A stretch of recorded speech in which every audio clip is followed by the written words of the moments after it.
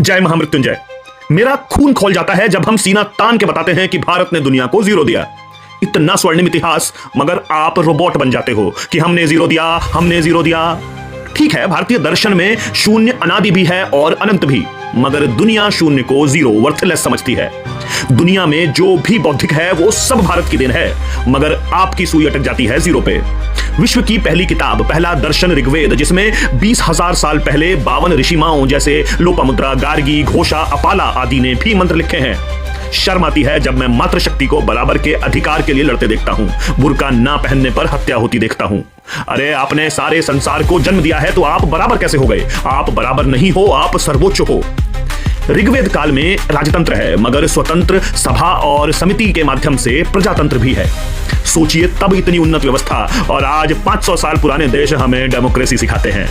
इतिहास में हिंदू को छोड़ हर संस्कृति में राजा बनने के लिए आपको अपने भाई या पिता को ही मारना पड़ता था।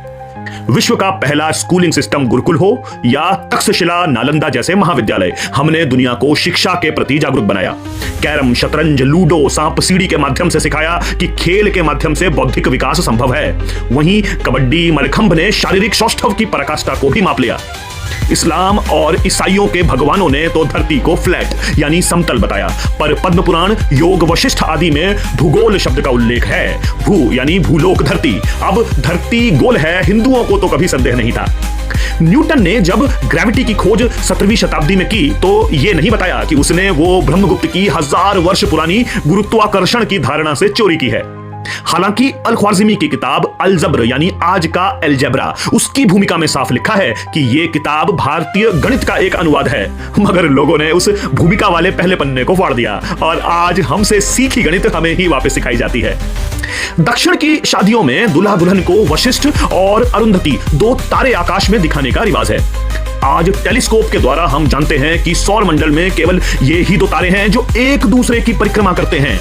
बाकी कोई भी ट्विन स्टार सिस्टम हो, एक तारा स्थिर होता है और दूसरा उसकी परिक्रमा करता है। सोचिए, आपके पूर्वजों ने हजारों साल पहले बिना दूरबीन के ये तथ्य कैसे जाना होगा, और सिंबॉलिकली ये विवाह से जोड़ दिया। एटम भी कुछ होता है आपको 100 साल पहले पता चला, पर महर्षि कणद अणु परमाणु के बारे में 3000 वर्ष पहले बता गए हैं। अभी योग, आयुर्वेद, मंदिर, दर्शन, भाषा, संगीत, कला, ज्योतिष, खगोल, राजनीति, साहित्य जैसे सीधे से विषयों तक को भी नहीं छुआ है मैंने, मगर समय की सीमाएं हैं। एक दिन इस विषय पर YouTube में कम से कम 12 घंटे बात करूंगा। तब तक आप अपने धर्म, संस्कृति, इतिहास, दर्शन को ज्यादा से ज्यादा जानने का प्रयत्न करें और कम से कम ये ना बोलें कि हमने दुनिया को जीरो दिया है। जय तु सनातन धर्म।